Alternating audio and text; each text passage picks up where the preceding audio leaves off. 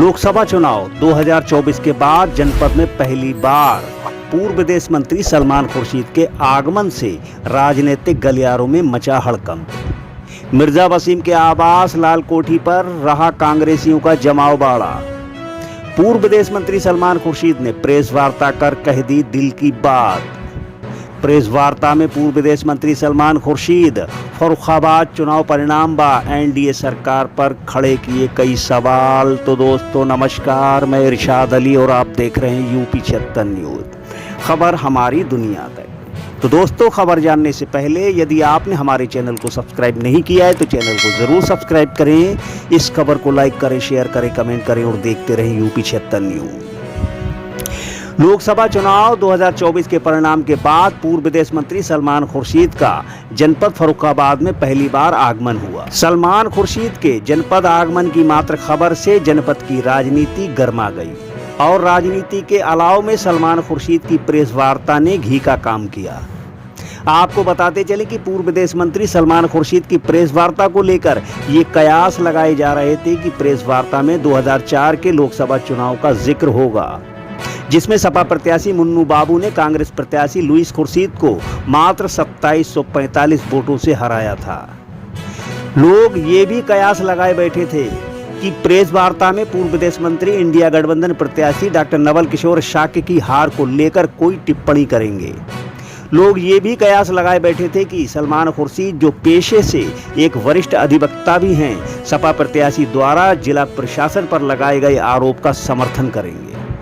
लोग ये भी कयास लगाए बैठे थे कि प्रेस वार्ता में पूर्व विदेश मंत्री दिल्ली से फर्रुखाबाद की आवाम के लिए कोई संदेशा लेकर आए हैं, परंतु सबके अरमानों पर पानी फिर गया।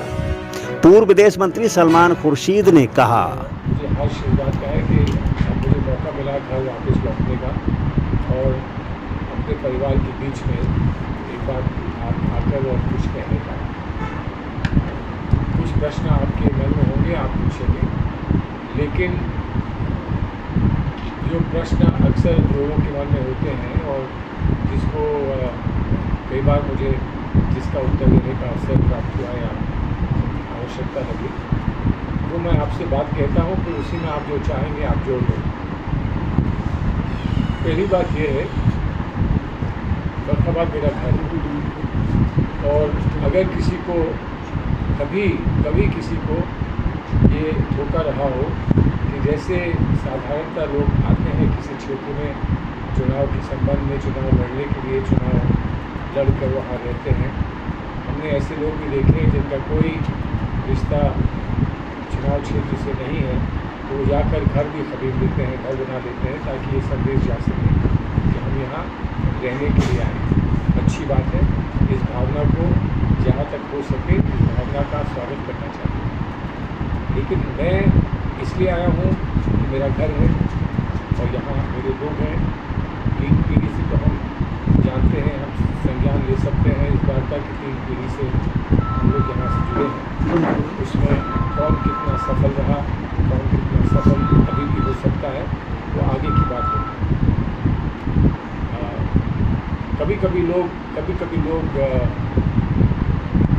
कह देते हैं कि राजनीति और कम से कम कांग्रेस की राजनीति जो है वो परिवारवाद से जुड़ी है, और हमने हमेशा जवाब ये दिया है कि हाँ परिवारवाद से जुड़े हैं क्योंकि हम पूरे देश को अपना परिवार मानते हैं। लेकिन अभी कुछ आंकड़े आए, करण थापर जी ने शायद कहीं लिखा है और उन्होंने बताया कि जो अभी इस कार्यकाल में, नए कार्यकाल में जो लोग मंत्रिमंडल में हैं उनका परिवार का संबंध किस परिवार से, पारिवारिक संबंध किस परिवार से है वो दिया है, शायद पुलिस के पास हुआ है युवा। तो वो लेकिन इतनी महत्वपूर्ण बात नहीं। बात ये है, अब इसको अगर आप वैसे दे दो ना, जैसे इसमें लिखा है कि HD कुमारस्वामी जो है वो HD देवेगौड़ा जो प्रधानमंत्री थे उनके सुपुत्र हैं, जयंत चौधरी अजीत सिंह के सुपुत्र हैं, ज्योतिरादित्य सिंधिया वो माधवराव सिंधिया के सुपुत्र हैं, चिराग पासवान रामविलास पासवान के हैं, राम ठाकुर बिहार CM श्री कर्पूरी ठाकुर के हैं, राव इंद्रजीत सिंह राव वीरेंद्र सिंह के बेटे हैं। आदि इत्यादि इत्यादि आपको दे सकती हैं। लेकिन ये एक अलग विषय है। ये विषय जो संपूर्ण व्यवस्था, राजनीतिक व्यवस्था हमारे देश में है और जैसे लोग राजनीति में आते हैं और राजनीति में आकर कैसे बढ़ पाते हैं, ये उससे संबंधित है। तो ये विषय कभी और इस पर विस्तार से हम लोग बात करेंगे। लेकिन क्योंकि शब्द परिवार का है और इसलिए मैं ये कहता हूँ कि मेरा परिवार फर्रुखाबाद के लोग हैं। वो लोग हैं जो मेरे साथ रहे चुनाव दर चुनाव, वो लोग हैं जो हमारे सामने कोई और कैंडिडेट रहा उसके साथ रहे और आज भी वैसे ही एक मिली जुली तस्वीर सामने आती है। मैं जब हमारा गठबंधन हुआ था और सौभाग्य से गठबंधन कराने में पहले जब नीतीश जी को लेकर हम लोग दिल्ली पहुँचे थे उस समय और उसके बाद गठबंधन की बातचीत में जो कमेटी बनी थी जिसकी अध्यक्षता माननीय मुकुल वासनिक जी कर रहे थे, उसमें गहलोत जी के साथ और अन्य मोहन प्रकाश जी के साथ और बघेल जी के साथ मैं भी उसके सदस्य था। तो उसके बातचीत हमने सभी प्रांतों में जो बातचीत हमको समझौते की करनी थी वो हम लोगों ने सबने की थी। जो भी स्थिति रही उस स्थिति में उत्तर प्रदेश में मैं ये मानता हूँ कि हमने कोशिश ये की कि अगर थोड़ी कुर्बानी भी हमको देनी पड़े तो उत्तर प्रदेश में गठबंधन बनना अनिवार्य है, आवश्यक है। और इसलिए हम लोग सब ने, और जब आदमी बात करता है, किसी कुर्बानी की बात करता है या अंकुश लगाने की बात करता है तो वो सिर्फ दूसरों को नहीं होना चाहिए, अपने पे भी लगाना चाहिए। तो इसलिए उस गठबंधन का हमने स्वागत किया। गठबंधन में हमें जितनी सीटें मिली वो आपके सामने हैं और जितनी सीटें हमारे गठबंधन के साथी को मिली वो आपको बताते चलें कि फतेहगढ़ जिलाधिकारी आवास के निकट लालकोठी स्थित सलमान खुर्शीद के समर्थक मिर्जा वसीम के आवास पर पूर्व विदेश मंत्री सलमान खुर्शीद ने प्रेस वार्ता की। प्रेस वार्ता के दौरान सलमान खुर्शीद की पत्नी पूर्व विधायिका लुईस खुर्शीद, कांग्रेस जिलाध्यक्ष शकुंतला देवी, प्रकाश प्रधान, पुन्नी शुक्ला, उषा दुबे, अनिल मिश्रा, अंकुर मिश्रा, अनूप वर्मा, अर्चना राठौर, उजैर खां, वसीउज्जमा खां, तारिक बशीर, वसीम मिर्जा, हिलाल सफीकी के साथ सैकड़ों कांग्रेसी समर्थक मौजूद रहे। जहां पत्रकारों ने पूर्व विदेश मंत्री सलमान खुर्शीद पर देश प्रदेश व जिले की राजनीति को लेकर कई सवाल दागे, परंतु सलमान खुर्शीद ने उन सवालों का अपने अंदाज में जवाब देते हुए कहा। अब तो लक्ष्य अयोध्या आ रहा है, अयोध्या में हार हुई, क्या वजह लगती है कि राम मंदिर के बाद भारतीय जनता पार्टी काफ़ी कॉन्फिडेंस में थी, इसके बावजूद भी जो है अयोध्या आ रही है। जो भगवान लाए हैं उन्हीं को हम हराएंगे, तो भगवान के आशीर्वाद से हार होता है। ये बात होनी नहीं चाहिए राजनीति में। भगवान को राजनीति में कभी लाना नहीं चाहिए। भगवान सबके लिए हैं और सबसे ऊपर हैं और राजनीति से भी ऊपर। तो आप भगवान को इसमें ना लाएं तो अच्छा है। और हमें अफसोस है, हमें इस बात का कष्ट है और अफसोस है कि उनके कार्यकर्ताओं ने, अगर उनके नेताओं ने नहीं तो उनके कार्यकर्ताओं ने ऐसी बात कही भी। जो भी होता है लोग सोच समझ के करते हैं और अगर दूरदर्शिता से अयोध्या के लोगों ने कुछ निर्णय लिया है तो उसका सम्मान वैसे ही होना चाहिए जैसे किसी और क्षेत्र पे कोई और कार्यकर्ता है, कोई और ये 2027 का लक्ष्य है अब आगामी विधानसभा चुनाव को जी, उसमें क्या रणनीति रहेगी? अब आप पार्टी को कैसे संगठन खड़ा मेरा करेंगे? मैंडेट पूरा हो चुका है, बातचीत करने का मेरा मैंडेट पूरा हो चुका है। नया मैंडेट मिलेगा तो देखेंगे, लेकिन हो सकता है किसी और को मैंडेट मिल जाए। लेकिन आज गठबंधन है, आज है और सशक्त गठबंधन है और कामयाब गठबंधन है, तो कल की बात फिर कल करेंगे।